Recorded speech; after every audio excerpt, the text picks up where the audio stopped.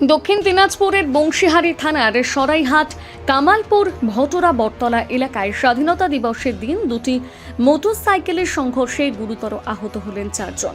শুক্রবার এই দুর্ঘটনাকে ঘিরে এলাকায় চাঞ্চল্য ছড়িয়ে পড়ে। স্থানীয় পরিবার সূত্রে জানা গিয়েছে, বুনিয়াদপুর কিষাণ মান্ডি থেকে বাজার করে মোটরসাইকেলে বাড়ি ফিরছিলেন ডহুরু সরকার। সেই সময় বিপরীত দিক থেকে আসা একটি মোটরসাইকেল নিয়ন্ত্রণ হারিয়ে তার বাইকে সজোরে ধাক্কা মারে।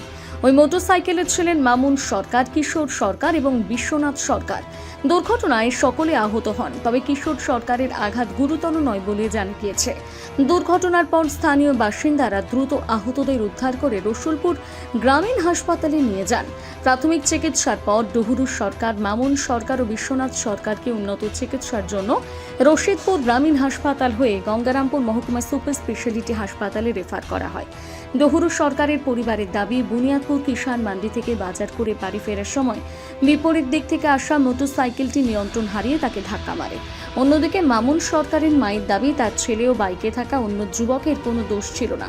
দুর্ঘটনায় জড়িতরা একই গ্রামের বাসিন্দা বলে জানা গিয়েছে। ঘটনার পর এলাকায় ব্যাপক চাঞ্চল্য ছড়িয়েছে। এ বিষয়ে এক আহতর আত্মীয় জানান, তো আমার যাইব অ্যাক্সিডেন্ট হলো আজকে। কিসের সঙ্গে? বাইকের সঙ্গে। বাইকে কে কে ছিল? আমার যাইব একাই ছিল। কোথায় থেকে কোথায় যাচ্ছিল? ও তো কিষাণ মন্ডি বাজার থেকে বাড়ি যাচ্ছিল, যাওয়ার সময় এই দুর্ঘটনাটা হয়। আচ্ছা, এটা বাইকের সঙ্গে হয়েছে? হ্যাঁ, বাইকের সঙ্গে। বাইকটা কোথা থেকে আসছিল? আরেকটা বাইক হচ্ছে ওই আমাদের বেরোচ্ছিল, মানে আর একটা হচ্ছে বাজার করে যাচ্ছিল আস্তলা। মানে সামনাসামনি হয়েছে? হ্যাঁ, সামনাসামনি সংঘর্ষ করে মানে ভালোই ক্ষয়ক্ষতি হয়ে গেছে। তোমার ড্রাইভার অবস্থা কেমন এখন? ড্রাইভারের অবস্থা তো বলছে সিরিয়াস, রেফার করবে ক্যালডিগি। আর ওদের? ওদেরটা তো জানি না।